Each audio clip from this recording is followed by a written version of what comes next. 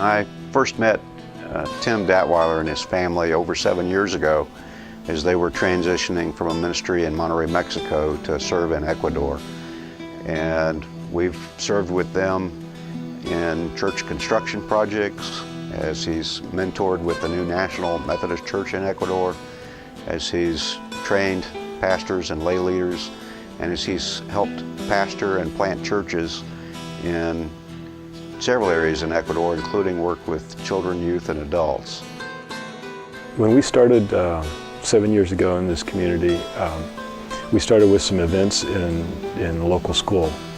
Just coming, asking the director if we could come to the school and do this 3-day program after school, and he invited us in, and we probably had close to 500 people that would come to these big events. Everybody's attracted to a big event, and especially because we provide some food at the end, and so anyway, it's an impoverished community, and so it's attractive, and so we have all these people come, and then we continued in ministry in a couple different places. A rented home, a volleyball court to begin with, and then a rented home. Towards the end, in the rented home, the owner didn't want to rent to us anymore, and so then we had to look for another location. Nobody else would rent because they knew that we'd have all these people coming in every week, and so we wound up having to buy a piece of property.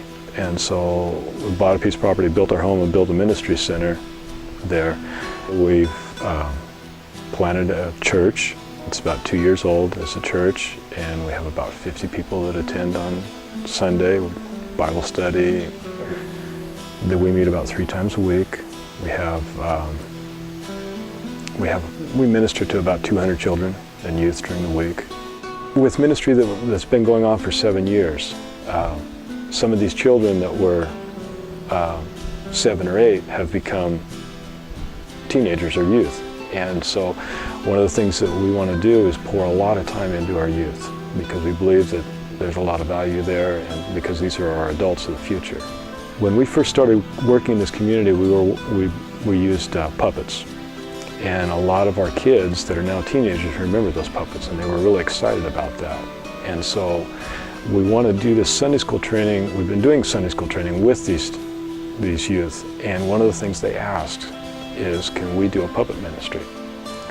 And so we want to develop that. That's a strong desire that they want to do something like that. So we want to try to fill that desire. To get 6 puppets is about $250 plus shipping. It'll make a big difference, I think. And we want to develop this ministry, and we want to allow them to go other places and share like they've been shared with. And so it's not only just getting them involved in ministry, but they'll be doing evangelism, missions, and outreach. And I think it'll be a great benefit. And it'll also show other youth in other communities that there's something for them. We have a lot of plans, and we're coming to the realization that sometimes our plans are smaller than God's are. But with all that said, we have a budget that we're not meeting. We're not able to meet. We're a faith-based ministry, so all of our funds come from churches and individuals that God's placed on their hearts to support the ministry that He's placed before us. And so, if we don't receive additional funding, if we don't build up our support, then we're going to have to cut some things that we're doing currently. We would continue with ministry to a point, but there's also a point where we can no longer stay in the country and pay our bills, and so to be honest with you, our budget right now is pretty bare bones. We just don't have a lot of room to maneuver. I've had the opportunity to work with Tim and Dana Datwyler in Ecuador many years ago, and we look forward to joining with them again this summer.